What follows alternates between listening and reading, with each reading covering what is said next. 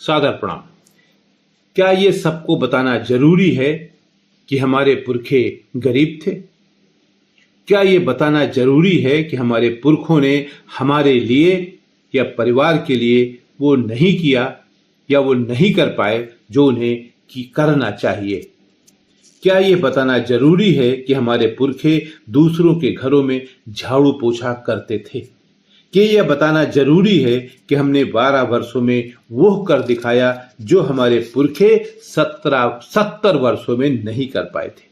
क्या ये बताना और अपनी उपलब्धियों को गिनाने से पहले ये भी बताना होगा कि हमारे पुरखों ने सीमित संसाधनों में क्या क्या नहीं किया? ये भी तो बताया जा सकता है।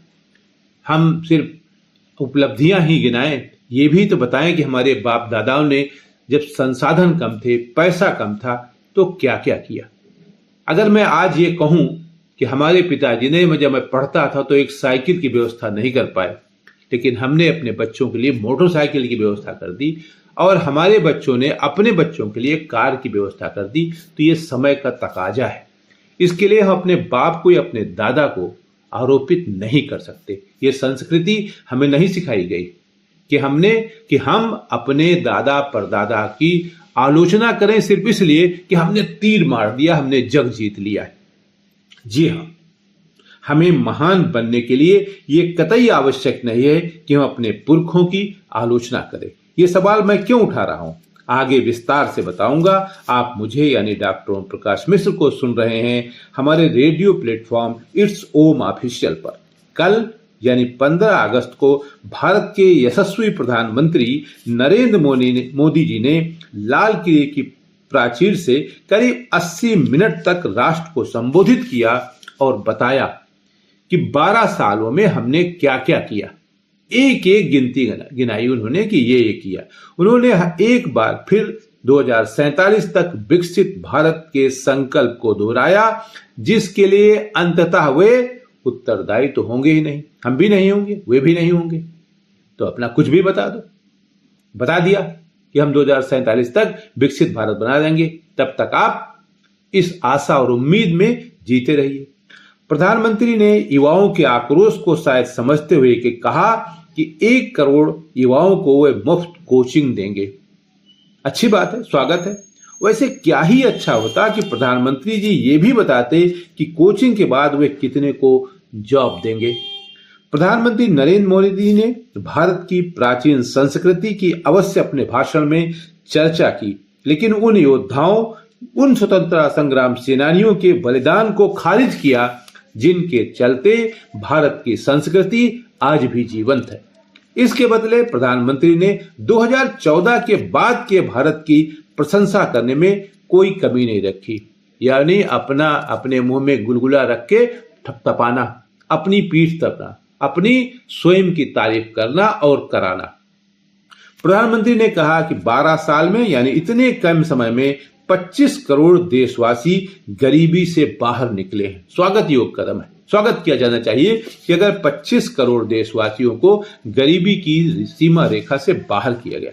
लेकिन क्या ही अच्छा होता है कि प्रधानमंत्री जी इस बात को और अधिक स्पष्ट करते और बताते कि क्या अब 80 करोड़ लोगों को जो मुफ्त का राशन दिया जा रहा है उसमें से 25 करोड़ लोगों को बाहर निकाल दिया गया है?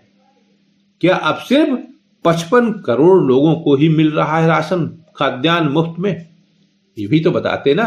आप बता रहे हैं कि 25 करोड़ लोगों को हमने गरीबी से बाहर निकाल लिया, तो फिर राशन 80 करोड़ को क्यों दे रहे हैं? इसको तो भी क्लैरिफाई करिए ना। वैसे इस बार के भाषण की सबसे खास बात यह रही कि प्रधानमंत्री जी ने टेलीप्रॉम्प्टर का इस्तेमाल नहीं किया, इसीलिए बीच बीच में थोड़ा इधर उधर भटकते नजर आए। और एक नया शब्द, क्या आप उसे नया नैरेटिव भी कह सकते हैं, जिसका इस्तेमाल अब भाजपा के नेतागण, भक्तगण तथा आईटी सेल धड़ल्ले से करेगा। वो शब्द है दिमागी नक्सल।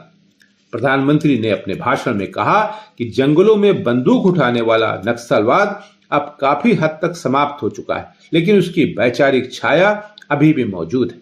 अब यहां सवाल ये उठता है कि दिमागी नक्सल की पहचान कौन करेगा, उसका पैमाना क्या होगा?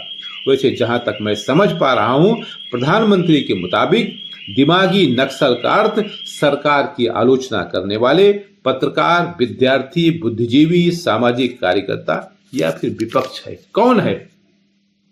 अगर ऐसा है तो एक गंभीर मसला है। आखिर प्रधानमंत्री जी क्यों चाहते हैं कि उनकी सरकार की कारगुजारियों तथा नीतियों की, भ्रष्टाचार की आलोचना न की जाए? प्रधानमंत्री जी को और सत्ता प्रतिष्ठान दोनों को यह समझना होगा कि लोकतंत्र में सरकार से असहमति और देश से असहमति दोनों अलग अलग चीज है। क्या प्रधानमंत्री उनको दिमागी नक्सली कहेंगे जो सरकार की आलोचना करेंगे, सिस्टम की आलोचना करेंगे, या फिर प्रधानमंत्री के रूप में नरेंद्र मोदी की आलोचना करेंगे? प्रधानमंत्री को यह ध्रुव सत्य समझना होगा कि नाम बदल देने से, बिल्डिंग का रूप बदल देने से आप पूर्वजों की विरासत को नेग्लेक्ट नहीं कर सकते, उसको इग्नोर नहीं कर सकते। प्रधानमंत्री और उनकी सरकार को यह भी ध्यान रखना होगा कि जब 2047 में भारत के युवा आपकी सरकार का विश्लेषण करने बैठेंगे तो हो सकता है कि आपकी तरह ही वे अपने पूर्वजों यानी आपको और आपकी उपलब्धियों को अनदेखा कर दे और बताएं कि पूर्ववर्ती सरकारों ने कुछ नहीं किया, कुछ भी नहीं किया। जो कुछ विकास हुआ है वो हमने किया।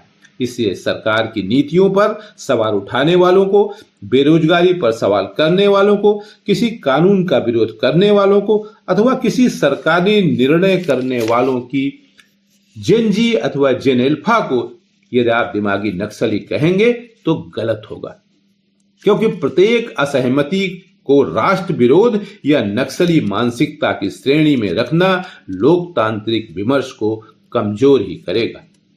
जिसे सत्ता और समाज दोनों को समझना होगा। ऐसे में मेरे विचार से असली बहस ये होनी चाहिए कि दिमागी नक्सल कौन है, बल्कि ये होनी चाहिए कि उसकी पहचान का लोकतांत्रिक और कानूनी अधिकार क्या होगा, क्योंकि भारत की सबसे बड़ी शक्ति उसकी लोकतांत्रिक असहमति ही है। सरकार को हिंसा से लड़ना चाहिए, विचारों से नहीं, क्योंकि संगठित विचार ही विश्व पर शासन करते हैं। इसी के साथ यह भी तय होना चाहिए कि भारत में असहमति की सीमा कहां तक है, क्योंकि लोकतंत्र में सवाल पूछने वाला, आपकी आलोचना करने वाला दुश्मन नहीं होता, बल्कि कभी कभी वो लोकतंत्र का सबसे जरूरी प्रहरी साबित होता है। हम जिस देश के निवासी हैं वहां पूर्वजों से कंपटीशन नहीं किया जाता, परिवार के सदस्यों से कंपटीशन नहीं किया जाता, भाई और बाप से कंपटीशन नहीं किया जाता, लेकिन भारत को चीन से जरूर कंपटीशन करना चाहिए। ये आज की आवश्यकता है, समय की आवश्यकता है। आज के लिए इतना ही। नमस्कार।